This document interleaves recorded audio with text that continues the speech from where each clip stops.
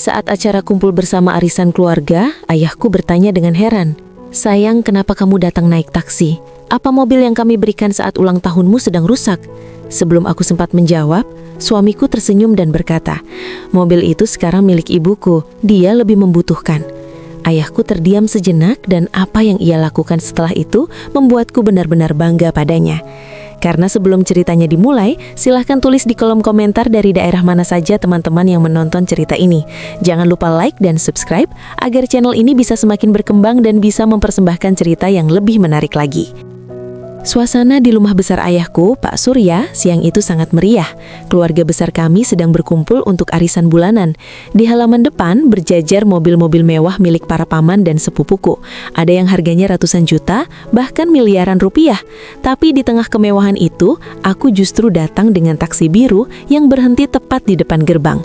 Aku harus berlari kecil menembus rintik hujan sambil menutupi kepalaku dengan tas, hanya agar jilbabku tidak basah kuyup. Aku masuk ke ruang tamu dengan ujung baju yang sedikit lembab. Semua mata tertuju padaku. Aku bisa merasakan tatapan kasihan dari beberapa saudara, tapi aku hanya bisa tersenyum tipis. Aku berjalan menuju meja utama, di mana ayahku duduk sebagai kepala keluarga. Di samping kursi kosong yang seharusnya milikku, suamiku, Dimas, sudah duduk dengan santai. Dia sedang asyik mengunyah rendang tanpa peduli kalau istrinya baru saja berjuang sendirian di luar sana. Dimas memakai kemeja batik sutra yang sangat mahal dan jam tangan emas yang mengkilap. Dia selalu ingin terlihat setara dengan keluargaku. Padahal semua orang tahu kalau posisinya sebagai manajer di perusahaan ayahku hanyalah karena belas kasihan ayahku saja. Dia sering bersikap arogan, seolah-olah dia adalah bos besar di rumah ini. "Aruna, kenapa bajumu basah begitu?" Ayahku bertanya dengan nada khawatir. "Mana mobil SUV hitam yang papa belikan bulan lalu? Kenapa kamu malah naik taksi di cuaca seperti ini?" Aku baru saja mau membuka mulut untuk berbohong demi menutupi kelakuan suamiku. Tapi Dimas langsung memotong pembicaraan dengan mulut yang masih penuh makanan. "Oh, soal mobil itu ya, Pak." Dimas menjawab dengan sangat santai, seolah-olah dia baru saja memberikan kabar gembira. "Mobil itu sekarang dipakai ibuku, Ibu Ratna. Kasihan ibu, kalau mau pergi arisan atau pengajian, sering harus rebutan mobil sama adikku. Jadi aku putuskan mobil dari papa itu buat ibu saja. Dia lebih butuh buat jaga gengsi di depan teman-temannya." Dimas kemudian menoleh padaku dengan tatapan yang sangat menyebalkan. "Aruna kan istri yang pengertian, Pak. Dia rela kok naik taksi online, lagi pula lebih praktis. Nggak usah capek nyetir dan nggak usah pusing cari parkir di kantor. Iya kan sayang?" Aku terdiam 1000 bahasa. Hatiku sakit sekali. Mobil itu adalah hadiah ulang tahunku, satu-satunya fasilitas yang membuatku merasa dihargai setelah lelah bekerja. Tapi Dimas dengan teganya memberikan mobil itu kepada ibunya tanpa izin dariku, apalagi dari ayahku sebagai pemberi. Ibu Ratna memang terkenal gila hormat. Dia suka pamer harta yang sebenarnya bukan miliknya. Sementara aku, menantunya sendiri, sering dia suruh hidup hemat dan sederhana. Ayahku, Pak Surya, tidak langsung marah. Beliau hanya terdiam, tapi aku tahu dari tatapan matanya bahwa ada kemarahan besar yang sedang ditahan. Ayah meletakkan sendoknya, lalu menatap Dimas dalam-dalam. "Jadi, kamu lebih memprioritaskan gengsi ibumu daripada kenyamanan dan keamanan istrimu sendiri, Dimas?" Tanya ayah dengan suara rendah namun sangat tegas. Dimas yang tidak peka malah tersenyum lebar. "Bukan begitu, Pak. Ini kan bentuk bakti aku sama orang tua. Aruna juga harusnya bangga punya suami yang berbakti. Masa masalah mobil saja diperpanjang?" Ayahku mengangguk-angguk pelan. Di bawah meja, aku melihat ayah mengambil ponselnya. Beliau mengetikkan sesuatu dengan cepat. Aku tidak tahu apa yang sedang ayah lakukan, tapi aku tahu satu hal. Dimas baru saja membangunkan macan yang sedang tidur. Ayahku adalah orang yang sangat sabar, tapi kalau soal putri tunggalnya disia-siakan, beliau tidak akan tinggal diam. "Baik kalau begitu," ucap ayah sambil menyesap kopinya. "Kalau kamu merasa barang-barang di keluarga ini bisa diberikan sesuka hati kepada ibumu, maka aku juga punya hak untuk memberikan sesuatu kepada ibumu siang ini juga." Dimas masih belum sadar. Dia malah merasa bangga karena mengira ayah setuju dengan tindakannya. "Wah, makasih banyak ya, Pak.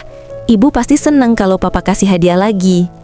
Dimas tidak tahu bahwa saat itu juga, di belahan kota lain, Ibu Ratna sedang berada di sebuah lobi mal mewah bersama teman-teman arisannya. Dia sedang berdiri di samping mobil SUV hitam milikku, memamerkan kunci mobilnya dengan bangga. "Lihat ini, Jeng," kata Ibu Ratna kepada teman-temannya. "Ini hadiah dari anakku, Dimas. Dia baru saja beli tunai 1 miliar buat aku. Katanya, "Bu, pakai saja mobil ini biar ibu makin cantik kalau pergi arisan." Menantuku, dia mah cukup naik taksi saja, dia kan orangnya hemat.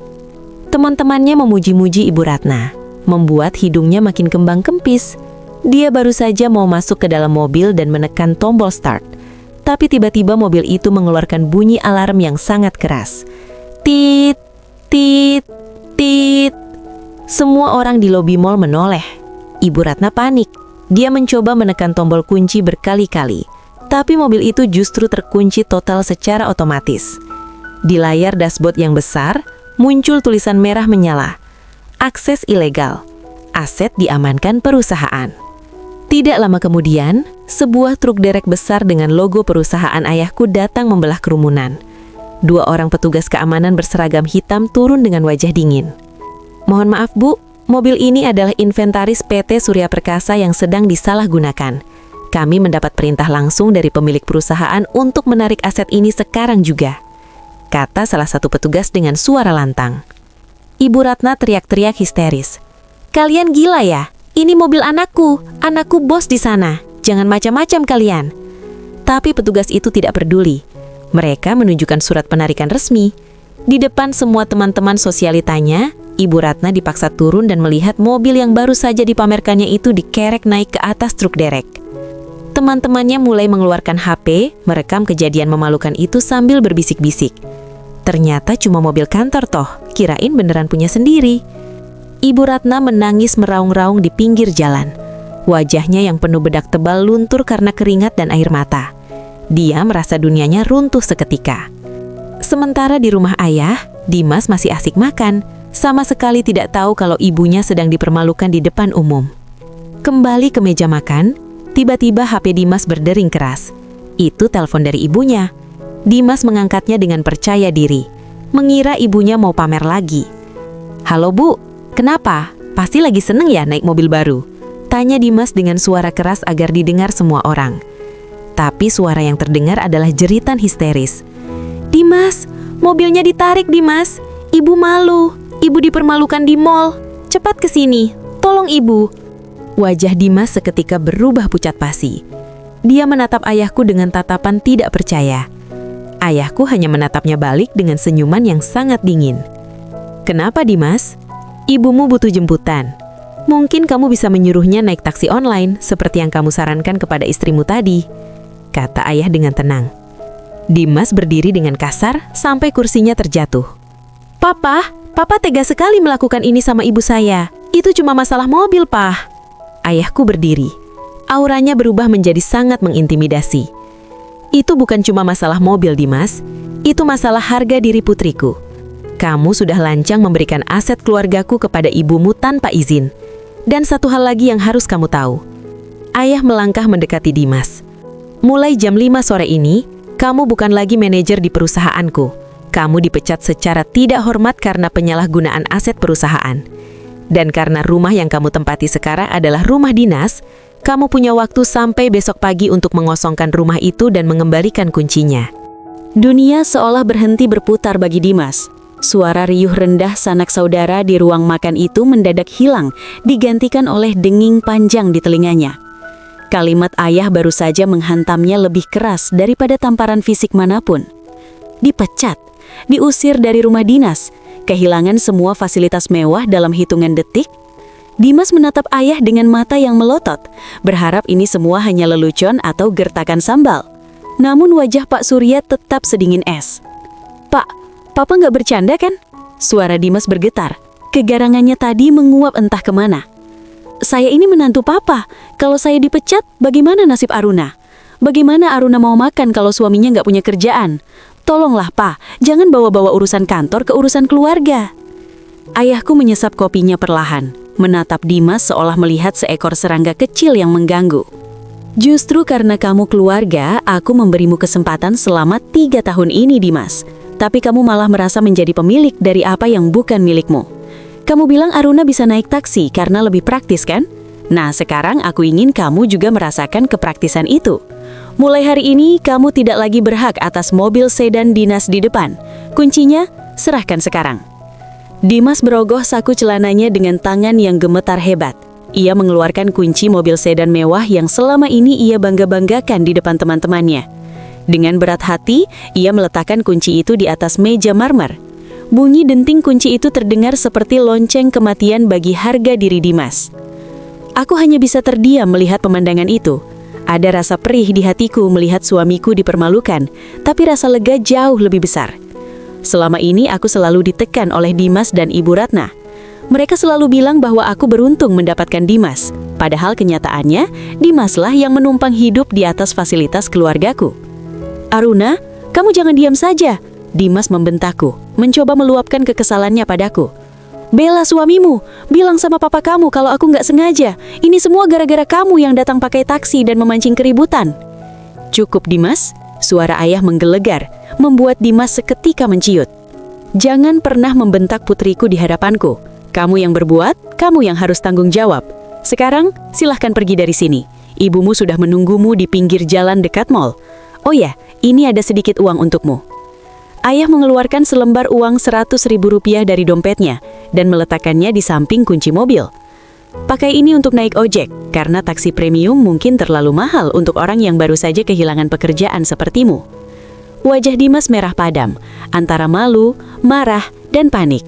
Di hadapan seluruh keluarga besar Wiratmadja, ia melangkah gontai keluar dari rumah mewah itu. Tidak ada lagi supir yang membukakan pintu, tidak ada lagi hormat dari para penjaga gerbang. Ia melangkah keluar pagar dengan kaki yang terasa berat, sementara hujan di luar sana mulai turun semakin deras. 1 jam kemudian, Dimas sampai di depan mall tempat ibunya terdampar. Pemandangan di sana sungguh mengenaskan. Ibu Ratna sedang duduk di atas trotoar, bersandar pada tiang lampu jalan. Pakaian mahalnya sudah basah kuyup dan kotor terkena cipratan air. Teman-teman arisannya sudah pergi lama, meninggalkan Ibu Ratna sendirian dalam kehinaan. Video Ibu Ratna yang sedang mengamuk saat mobilnya ditarik derek sudah tersebar luas di grup-grup WhatsApp warga dan akun gosip lokal. "Dimas, kenapa lama sekali?" Ibu Ratna berteriak saat melihat anaknya datang dengan baju yang juga basah. "Mana mobil cadangan kamu? Mana supir kamu? Kenapa kamu datang jalan kaki begini?" "Ibu, semuanya sudah habis," jawab Dimas dengan suara lemas. "Papa Surya memecatku, mobil dinas ditarik, kita diusir dari rumah dinas besok pagi. Semua kartu kredit yang diberikan Aruna juga sudah diblokir." Ibu Ratna terdiam, matanya membelalak tak percaya. "Apa? Cuma gara-gara mobil itu? Aruna ketelaan, dia pasti yang menghasut ayahnya supaya kita melarat. Anak durhaka itu benar-benar tidak tahu cara memuliakan mertua." Meskipun dalam keadaan hancur, Ibu Ratna tidak merasa bersalah sedikit pun. Ia tetap menyalahkan aku atas semua kesialan yang mereka alami. Malam itu mereka kembali ke rumah dinas hanya untuk menyadari bahwa listrik sudah padam karena tokennya habis dan mereka tidak punya uang tunai yang cukup untuk mengisinya. Mereka tidur dalam kegelapan, meratapi nasib yang berubah drastis dalam hitungan jam.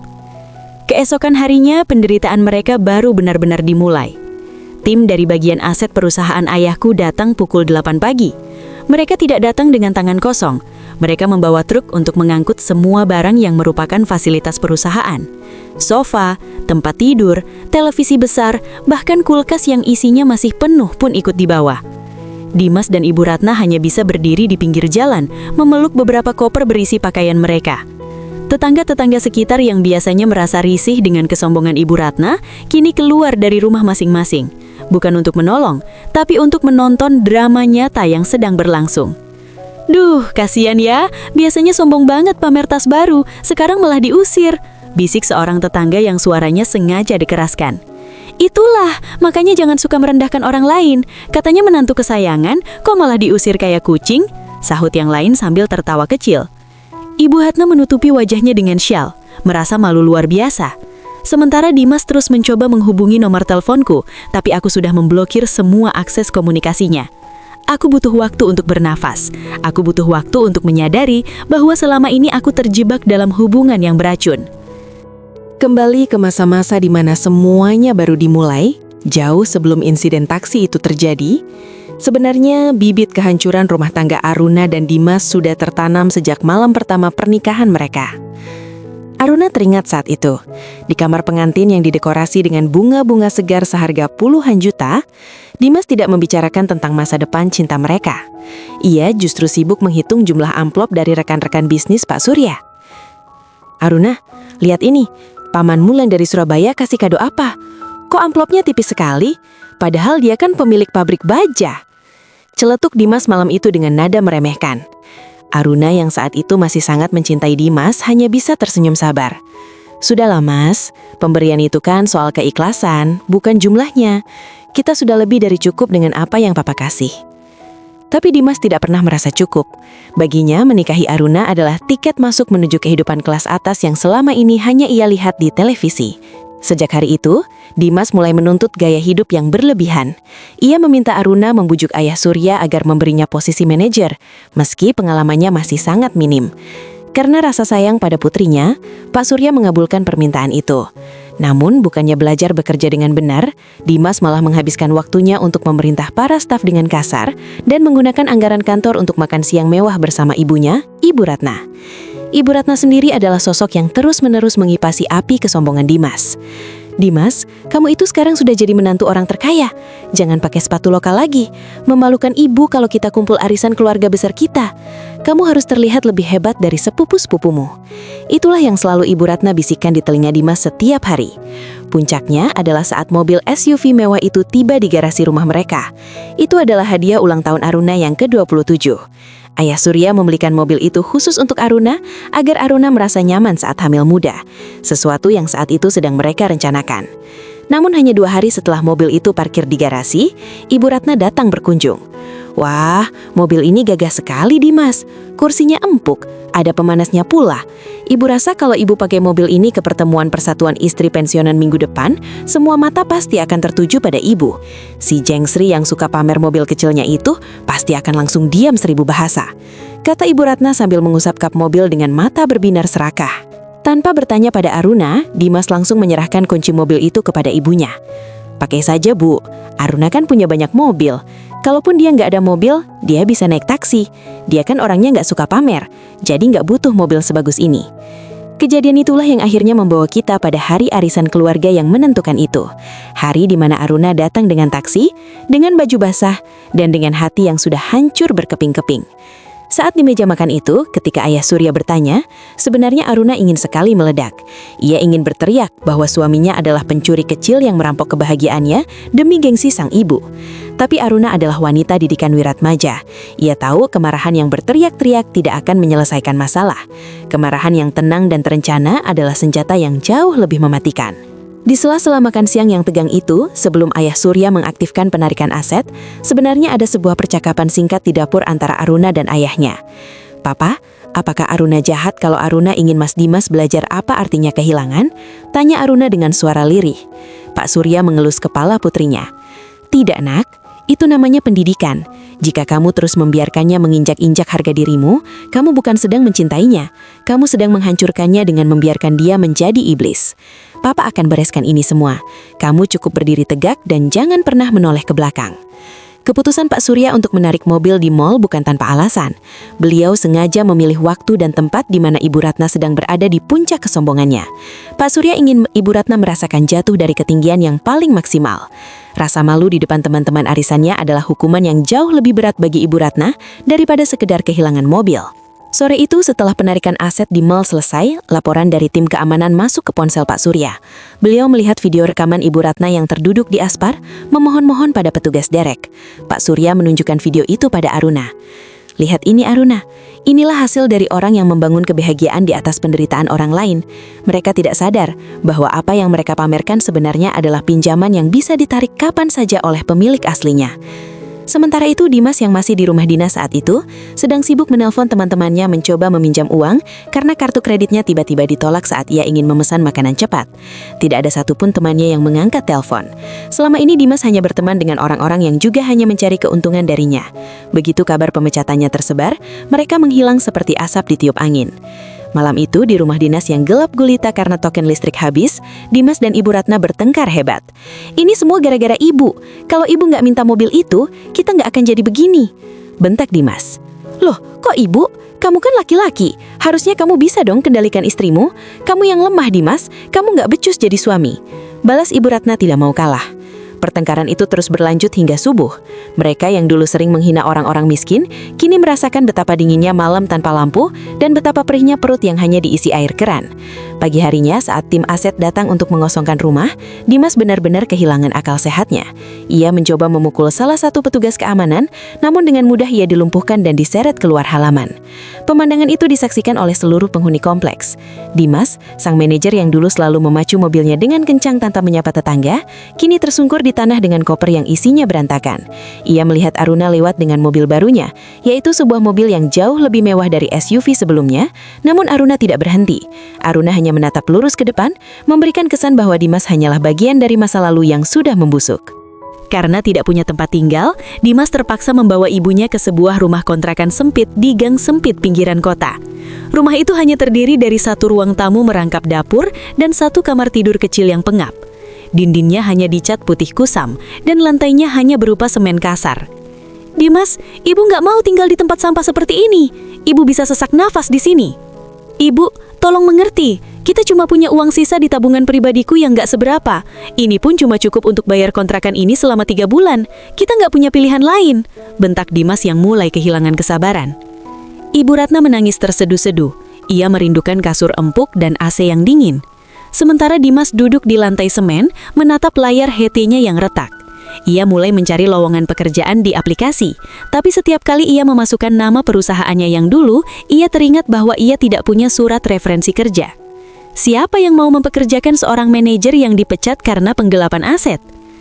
Hari-hari berikutnya menjadi neraka bagi mereka. Dimas terus mencoba melamar ke berbagai perusahaan, dari perusahaan besar sampai ruko-ruko kecil di pasar. Namun nama baiknya sudah hancur. Ayahku memastikan bahwa kabar tentang perilaku Dimas menyebar di kalangan HRD. Di dunia bisnis, integritas adalah segalanya, dan Dimas sudah membuangnya demi sebuah mobil SUV. Setiap pulang melamar kerja, Dimas selalu disambut dengan keluhan Ibu Ratna yang lapar. Mereka yang biasanya makan di restoran mewah, kini harus puas dengan nasi bungkus berisi tempe dan sayur nangka yang dibeli dari warteg depan gang. Itu pun harus dibagi 2 agar cukup untuk makan malam. Suatu sore, saat Dimas sedang berjalan kaki pulang karena tidak punya ongkos bus, ia melihat sebuah papan reklame besar di pinggir jalan. Di sana terpampang wajahku, Aruna. Aku sedang tersenyum dengan tulisan, "Selamat atas pembukaan cabang ke-10 Aruna Hijab and Fashion." Dimas terpaku. Ia baru sadar bahwa selama ini aku bukan hanya sekedar karyawan di kantor ayahku. Aku punya bisnis sendiri yang aku bangun diam-diam tanpa sepengetahuannya. Dan sekarang bisnis itu meledak. Aku terlihat sangat sukses dan jauh lebih cantik tanpa beban di wajahku. Rasa iri dan penyesalan mulai membakar hati Dimas. Harusnya uang itu milikku. Harusnya aku yang menikmati kesuksesan itu, gumamnya dalam hati. Ia tidak sadar bahwa apa yang ia alami sekarang barulah permulaan. Takdir masih punya banyak kejutan pahit untuk Dimas dan ibunya. 1 bulan telah berlalu sejak Dimas dan Ibu Ratna terusir dari zona nyaman mereka. Hidup di gang sempit yang becek ternyata jauh lebih sulit dari yang Dimas bayangkan. Setiap pagi, ia terbangun bukan karena alarm ponsel canggih, melainkan karena suara bising tetangga yang berteriak-teriak dan bau selokan yang menusuk hidung. Ibu Ratna kini sering sakit-sakitan. Wajahnya yang dulu selalu dipoles bedak mahal, kini tampak kuyu, kusam, dan penuh kerutan penyesalan yang ia tutupi dengan kemarahan.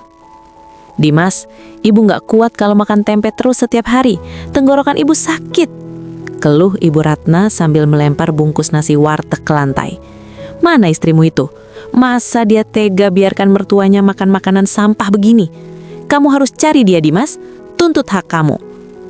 Dimas yang baru pulang dengan baju basah karena kehujanan setelah ditolak melamar kerja di gudang semen hanya bisa terduduk lemas. Namun, kata-kata ibunya tentang hak tiba-tiba menyalakan api kecil di kepalanya yang buntu.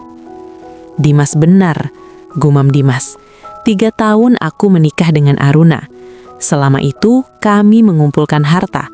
Menurut hukum, aku berhak atas setengah dari kekayaannya. rumah mewah yang dia tempati sekarang, mobil-mobilnya, bahkan bisnis hijabnya yang baru buka cabang itu, aku harus dapat bagian. Tanpa pikir panjang, Dimas menghubungi seorang teman lamanya yang bekerja sebagai pengacara kelas terik. Mereka bertemu di sebuah kedai kopi pinggiran. Dimas menceritakan semuanya dengan versi yang sudah diputarbalikkan, seolah-olah dia adalah suami yang dizalimi dan diusir tanpa membawa apa-apa. "Tenang, Mas Dimas," ujar si pengacara sambil menghisap rokoknya dalam-dalam. Di mata hukum, harta yang diperoleh selama perkawinan adalah harta bersama. Kita gugat Aruna. Kita minta gonogini 50%. Dengan kekayaan keluarga Wiratmadja, Mas Dimas bisa jadi miliarder mendadak. Dimas tersenyum licik. Ia merasa ini adalah jalan pintas untuk kembali kaya tanpa harus memeras keringat menjadi kuli. Beberapa hari kemudian, surat gugatan gonogini itu sampai ke tangan Aruna. Di ruang kerjaku yang nyaman, aku membaca surat itu dengan tangan gemetar. Bukan karena takut, tapi karena tidak percaya betapa tidak tahu dirinya laki-laki yang pernah aku cintai ini. Dia sudah menghancurkan kepercayaanku, memberikan hadiahku pada ibunya, dan sekarang dia masih berani meminta hartaku. "Pah, lihat ini," sambil aku menyerahkan surat itu pada Ayah Surya yang sedang berkunjung ke kantorku. Ayah membaca surat itu dengan tenang. Bukannya marah, Ayah malah tertawa kecil. Tawa itu membuatku merinding karena aku tahu itu adalah pertanda buruk bagi lawannya. "Dia minta harta bersama ya?" "Baiklah," ujar Ayah sambil mengambil teleponnya. "Dia ingin bermain dengan hukum, maka kita akan beri dia hukum yang paling murni. Aruna, jangan khawatir, Papa sudah menyiapkan tim pengacara terbaik untuk menyerang balik." Hari persidangan pertama tiba. Dimas datang dengan penuh percaya diri. Ia mengenakan satu-satunya kemeja bagus yang tersisa, mencoba tampil rapi meskipun sepatunya sudah mulai mengelupas. Di sampingnya, pengacaranya tampak sibuk merapikan berkas-berkas tuntutan senilai miliaran rupiah. Sementara itu, aku masuk ke ruang sidang didampingi oleh Ayah Surya dan 4 orang pengacara berjas mahal yang wajahnya sangat dingin. Kami tidak membawa berkas yang tebal, hanya sebuah kotak hitam kecil yang berisi flash disk dan setumpuk laporan audit keuangan. Hakim membuka persidangan. Pengacara Dimas mulai berorasi dengan dramatis.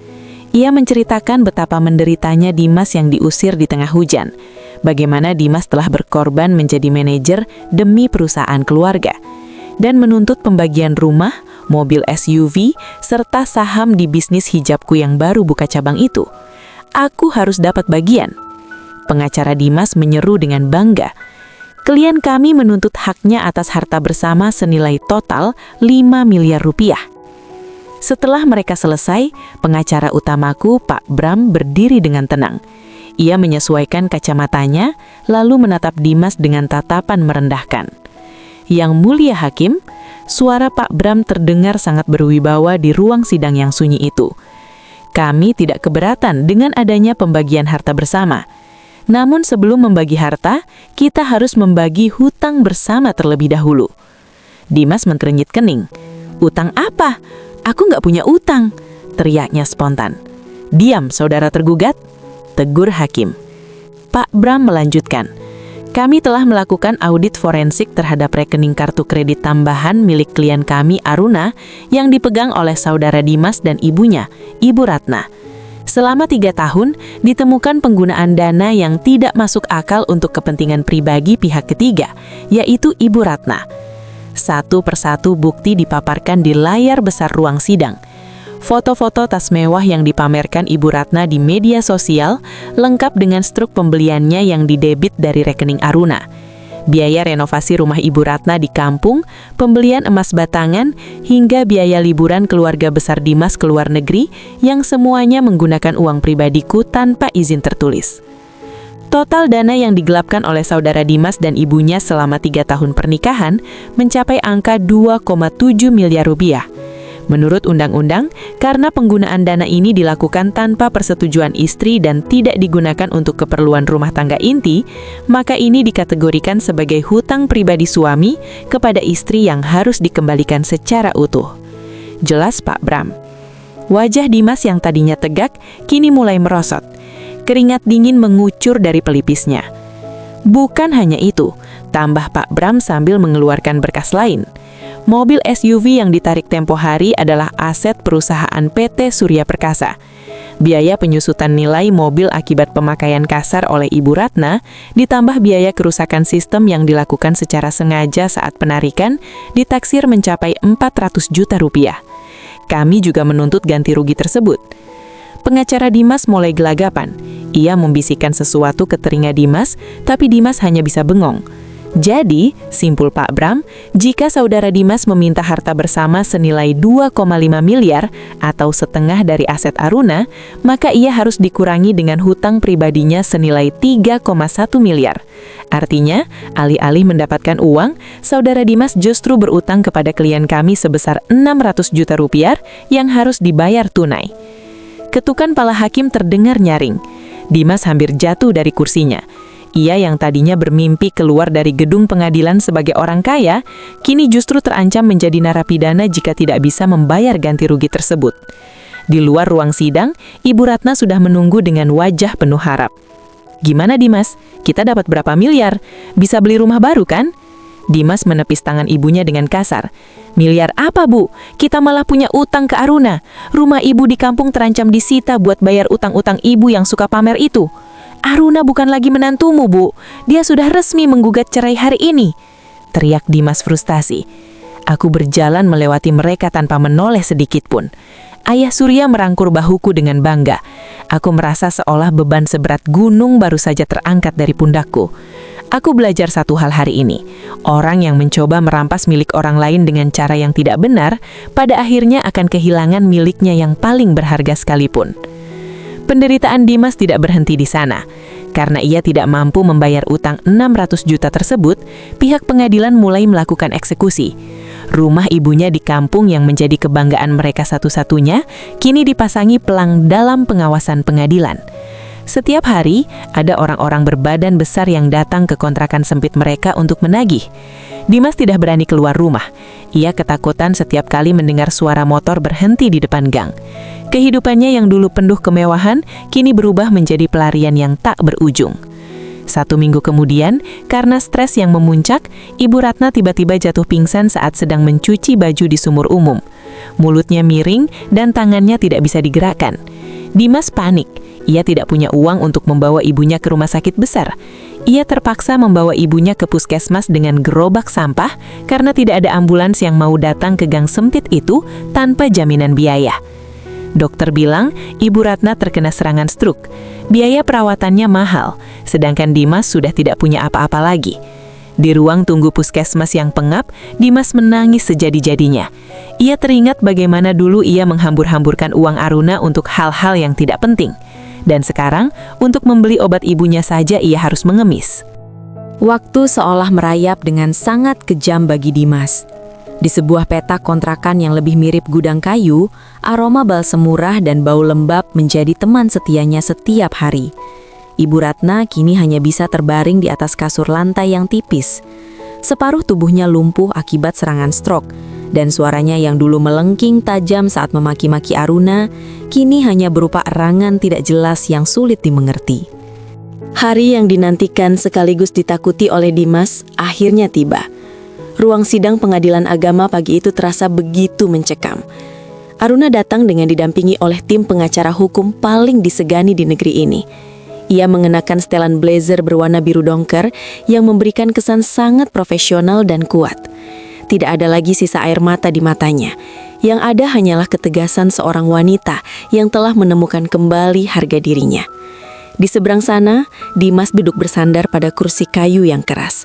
Ia tampak sangat kontras. Jas yang ia kenakan terlihat sedikit kebesaran karena berat badannya yang turun drastis, dan wajahnya tampak pucat karena kurang tidur. Ibu Ratna duduk di kursi pengunjung di baris terdepan, terus-menerus merapikan kerudungnya yang sudah tidak lagi baru, mencoba mempertahankan sisa-sisa harga diri yang sebenarnya sudah lama hilang. Sidang dimulai dengan pembacaan gugatan dari pihak Aruna. Pengacara Aruna, Pak Bram, tidak langsung membicarakan soal perceraian, melainkan langsung menyerang titik terlemah Dimas, integritas. Yang mulia majelis hakim, ujar Pak Bram sambil menyerahkan setumpuk dokumen ke meja hakim. Gugatan cerai ini diajukan bukan hanya karena ketidakharmonisan, tetapi karena adanya unsur penipuan dan pengkhianatan finansial serta moral yang sistematis. Klien kami, Ibu Aruna, telah menjadi korban eksploitasi oleh suaminya sendiri. Pak Bram mulai memaparkan bukti-bukti yang membuat seluruh pengunjung sidang berbisik-bisik. Di layar proyektor ruang sidang, muncul rincian aliran dana dari kartu kredit Aruna. Ada transaksi di toko perhiasan ternama senilai 150 juta rupiah. Saudara tergugat, apakah saudara memberikan perhiasan ini kepada istri saudara, Ibu Aruna? Tanya Pak Bram tajam. Dimas tergagap. Itu untuk hadiah. Saya lupa naruhnya. Bohong, potong Pak Bram. Berdasarkan rekaman CCTV toko dan data pengiriman, perhiasan itu dikirimkan ke sebuah alamat apartemen atas nama seorang wanita bernama Sally. Dan apartemen itu pun disewa menggunakan uang operasional perusahaan mertua saudara. Ibu Ratna yang mendengar hal itu langsung berdiri dari kursinya. Apa? Dimas, jadi uang yang kamu bilang buat tabungan masa tua ibu, kamu pakai buat perempuan lain? Teriak Ibu Ratna histeris di ruang sidang. Diam, pengunjung sidang, atau saya perintahkan Anda keluar. Bentak hakim sambil mengetuk palu. Ibu Ratna terduduk lemas, wajahnya memerah karena malu dan marah pada anaknya sendiri. Dimas hanya bisa menunduk dalam-dalam. Ingin rasanya ia menghilang dari muka bumi saat itu juga. Ternyata, selama ini ia mengkhianati semua orang. Ia mengkhianati istrinya yang tulus, dan ia bahkan membohongi ibunya sendiri demi memuaskan nafsunya. Aruna yang duduk di samping pengacaranya hanya menatap lurus ke depan. Baginya bukti ini bukan lagi untuk menyakiti hatinya, tapi untuk memastikan bahwa ia memiliki alasan hukum yang kuat untuk memiskinkan Dimas seadil-adilnya. Selain pengkhianatan moral, kami juga menuntut ganti rugi atas aset-aset yang telah dipindah tangankan tanpa izin pemilik sah, termasuk rumah di kampung milik Ibu Ratna yang ternyata dicicil menggunakan dana yang didebet secara ilegal dari rekening klien kami.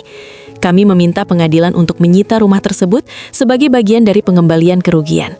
Ibu Ratna kembali menjerit, "Jangan, itu rumah saya satu-satunya. Dimas, lakukan sesuatu." Namun Dimas tidak bisa melakukan apa-apa. Pengacaranya yang dibayar murah pun hanya bisa terdiam, karena bukti yang disajikan pihak Aruna terlalu telak dan tak terbantahkan. Ketukan palu hakim sore itu resmi mengakhiri pernikahan mereka. Hakim memutuskan cerai dengan alasan kesalahan sepenuhnya ada pada pihak suami. Dimas pun diwajibkan mengembalikan dana senilai 3 miliar rupiah kepada Aruna. Dan selama utang itu belum lunas, seluruh aset atas nama Dimas dan ibunya berada dalam sitaan negara. Setelah sidang selesai, Aruna berjalan keluar dengan langkah ringan. Di lorong, ia berpapasan dengan Dimas yang tampak hancur. "Aruna, tolong, jangan sita rumah ibu di kampung. Ibu mau tinggal di mana?" Rintih Dimas sambil mencoba memegang tangan Aruna. Aruna menarik tangannya dengan tegas. "Mas Dimas, kamu sendiri yang bilang padaku 1 tahun lalu saat aku naik taksi. Kamu bilang, hidup sederhana itu indah. Sekarang silahkan buktikan kata-katamu sendiri. Kamu dan ibumu bisa mulai belajar hidup sederhana dari nol, tanpa uangku, tanpa fasilitas papaku, dan tanpa cintaku." Aruna berlalu pergi meninggalkan Dimas yang terduduk lemas di lantai ubin pengadilan yang dingin.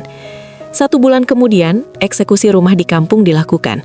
Ibu Ratna yang sudah terkena stroke ringan akibat stres berlebihan terpaksa digotong keluar dari rumahnya. Ia melihat dengan mata kepala sendiri bagaimana rumah kebanggaannya dipasangi garis polisi dan plang sitaan.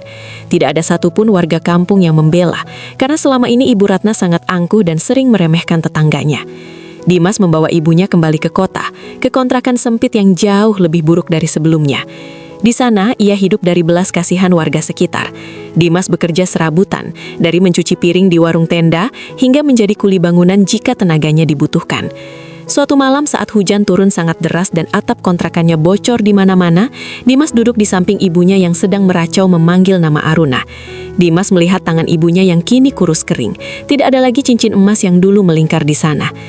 "Makan, Bu, cuma ada bubur polos hari ini," ujar Dimas dengan suara serak. Ia menyuapi ibunya dengan tangan yang kasar dan penuh luka lecet. Dimas sudah tidak lagi memakai kemeja batik sutra atau jam tangan emas.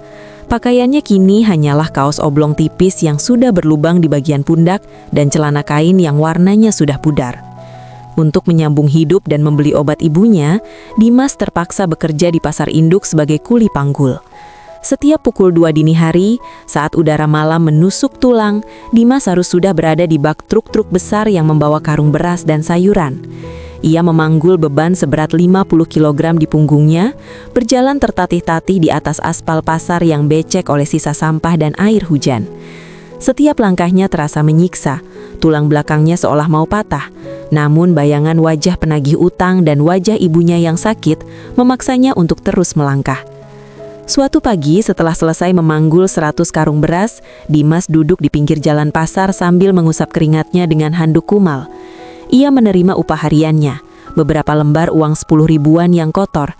Saat itulah, matanya tertuju pada sebuah mobil SUV hitam mewah yang baru saja masuk ke area pasar. Mobil itu terlihat sangat kontras dengan lingkungan pasar yang kotor. Hati Dimas berdegup kencang. Ia mengenali plat nomornya. Itu adalah mobil yang dulu pernah ia berikan kepada ibunya, mobil yang ditarik oleh ayah Surya.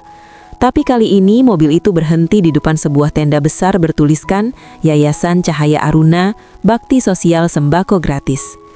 Pintu mobil terbuka, dan keluarlah seorang wanita yang sangat cantik dengan jilbab berwarna pastel yang rapih. Itu Aruna. Dia turun dengan senyuman yang begitu tulus, didampingi oleh beberapa asisten dan petugas keamanan. Aruna datang untuk membagikan ribuan paket sembako kepada para kuli dan buruh cuci di pasar itu. Dimas terpaku. Ia menarik kaosnya untuk menutupi wajahnya yang kotor, merasa malu luar biasa.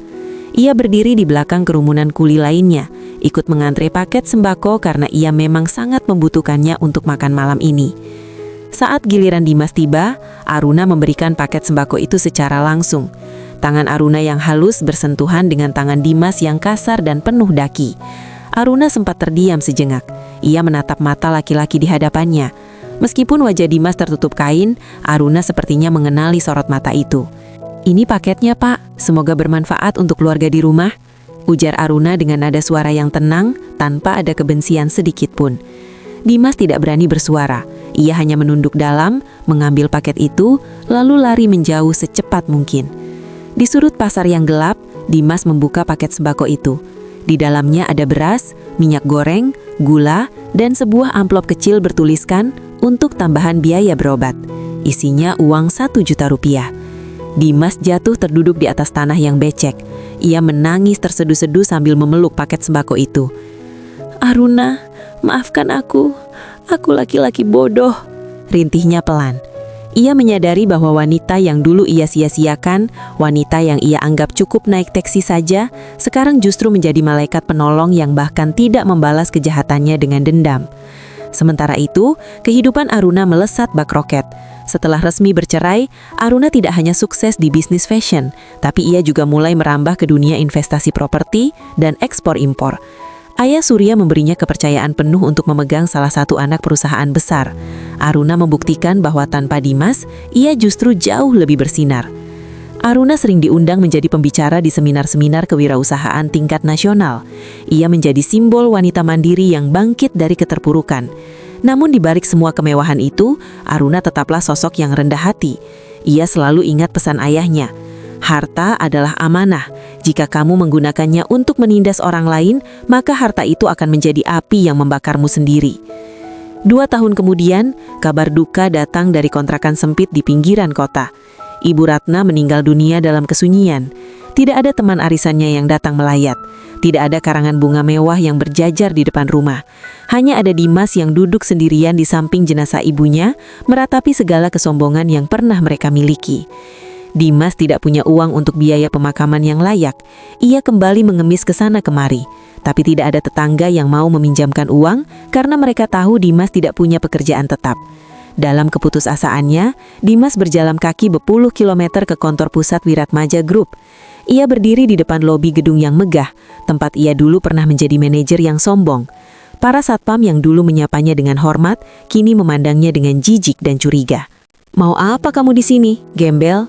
bentak salah satu satpam.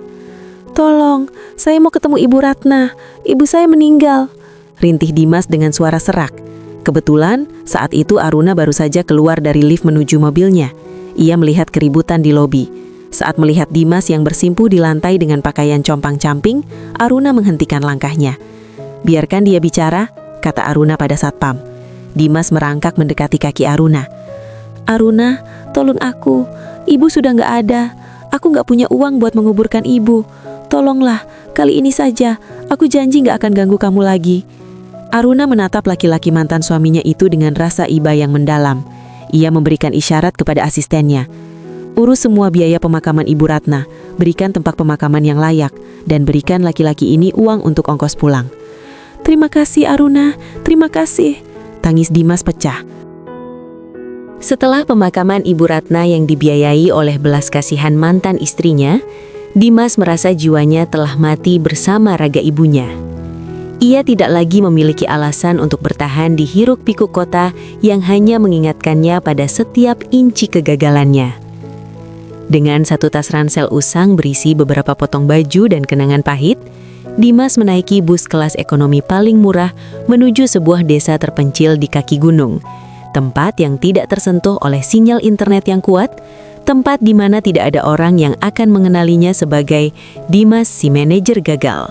Di desa itu, Dimas bekerja sebagai buruh tani lepas. Hidupnya kini sangat bergantung pada musim. Jika musim tanam tiba, ia menghabiskan waktu berjam-jam membungkuk di sawah, menanam padi di bawah terik matahari yang membakar kulit tengkuknya hingga mengelupas. Jika musim kemarau tiba, ia harus naik ke hutan untuk mencari kayu bakar atau menjadi kuli panggul batu kali.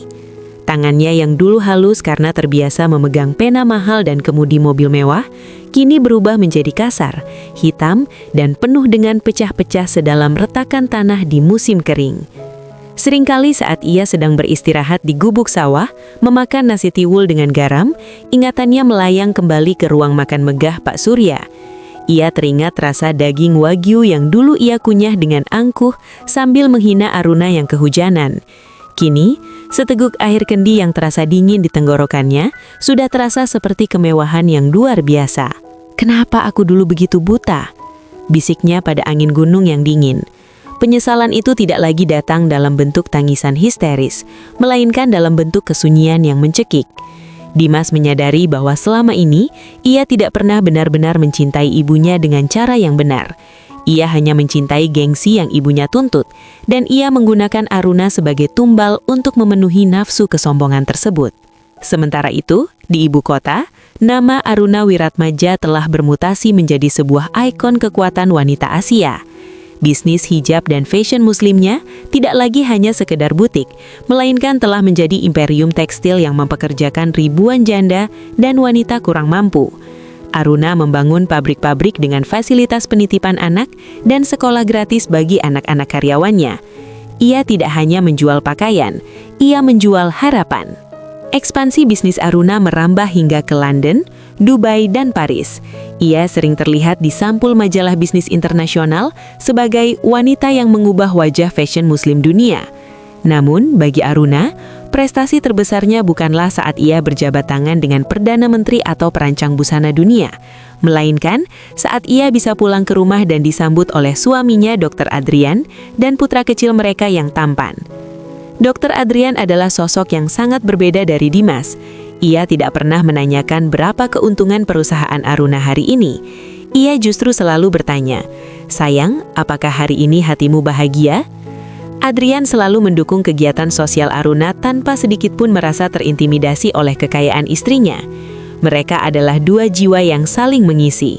Sebuah hubungan yang dibangun di atas fondasi rasa hormat yang tidak pernah Dimas mengerti dulu. 3 tahun setelah menetap di desa, Dimas tidak sengaja menemukan selembar koran bekas pembungkus bibit tanaman di gudang pemilik sawah. Matanya tertuju pada sebuah foto besar di halaman depan. Aruna sedang berdiri di podium Perserikatan Bangsa-Bangsa (PBB), memberikan pidato tentang pemberdayaan ekonomi perempuan. Aruna terlihat sangat bersinar, seolah-olah cahaya kebaikan memancar dari seluruh tubuhnya. Di bawah foto itu, ada kutipan pidatonya yang berbunyi, "Kekuatan seorang wanita tidak diukur dari seberapa mewah mobil yang mengantarnya, tapi dari seberapa banyak beban orang lain yang sanggup ia panggul di atas bahunya." Dimas membelai foto itu dengan jari-jarinya yang gemetar. Air mata jatuh membasahi kertas koran yang kusam itu. Ia merasa sangat kecil, lebih kecil dari debu di lantai gudang tersebut. Ia teringat betapa dulu ia meremehkan Aruna, menganggapnya hanya sebagai pelengkap hidupnya. Ternyata, Aruna adalah matahari yang selama ini memberinya kehangatan, dan saat ia mencoba memadamkan matahari itu demi korek api bernama gengsi, ia justru berakhir dalam kegelapan abadi. Suatu hari, desa tempat Dimas tinggal kedatangan sebuah tim medis besar dari kota. Mereka membawa truk-truk berisi alat kesehatan canggih dan bahan pangan untuk pengobatan gratis bagi warga desa yang terkena wabah penyakit kulit. Dimas yang saat itu sedang mengangkut karung gabah, melihat kerumunan orang di balai desa. Di sana, di tengah kerumunan, ia melihat Dokter Adrian yang sedang sibuk memeriksa pasien. Dan di samping dokter itu, berdiri Aruna. Aruna datang untuk membagikan beasiswa bagi anak-anak desa. Dimas segera bersembunyi di balik pohon besar. Jantungnya berdegup kencang. Ia ingin sekali berlari ke sana, bersujud di depan Aruna, dan menceritakan betapa ia sangat menyesal. Namun ia menghentikan langkahnya. Ia melihat betapa damainya wajah Aruna saat berbicara dengan anak-anak desa. Ia melihat betapa serasinya Aruna dengan suaminya yang sekarang. Dimas sadar bahwa kehadirannya hanya akan menjadi noda pada kanvas kehidupan Aruna yang sudah indah dan bersih. Cinta sejati terkadang bukan tentang memiliki kembali, tapi tentang membiarkan orang yang kita cintai hidup bahagia tanpa bayang-bayang masa lalu kita yang kotor. Dimas berbalik badan, memanggul karung gabahnya kembali dan berjalan menjauh dari balai desa. Ia berjalan menuju gubuknya di atas bukit sambil tersenyum tipis. Untuk pertama kalinya dalam bertahun-tahun, hatinya terasa sedikit ringan. Ia telah melihat Aruna bahagia, dan itu sudah cukup baginya. Kisah Aruna dan Dimas berakhir di sana, bukan dengan pertemuan harukan di mana mereka saling memaafkan dan kembali bersama, melainkan dengan keadilan semesta yang menempatkan masing-masing orang di tempat yang seharusnya. Aruna di puncak kemuliaan karena kesabarannya, dan Dimas di lembah perenungan karena kesombongannya. Takdir tidak pernah salah dalam menghitung. Apa yang kita tanam, itulah yang akan kita tuai. Jika kita menanam luka pada hati orang yang tulus, maka kita akan menuai badai pada hidup kita sendiri. Aruna kini telah terbang tinggi sebagai elang yang menguasai langit, sementara Dimas tetap menjadi bumi yang belajar untuk merunduk dan menyadari arti dari sebuah ketulusan yang terlambat disyukuri. Pesan ini pun sampai ke penonton YouTube yang menyimak hingga detik terakhir. Hargailah pasanganmu saat mereka masih ada di sampingmu, karena kita tidak pernah tahu kapan takdir akan mengambil mereka dan memberikan mereka kepada orang yang jauh lebih pantas menghargai keberadaannya. Terima kasih teman-teman sudah menyimak cerita ini sampai selesai. Jangan lupa bagikan cerita ini ke orang terdekatmu agar menjadi pelajaran berharga bagi kita semua. Sampai jumpa di cerita-cerita inspiratif berikutnya.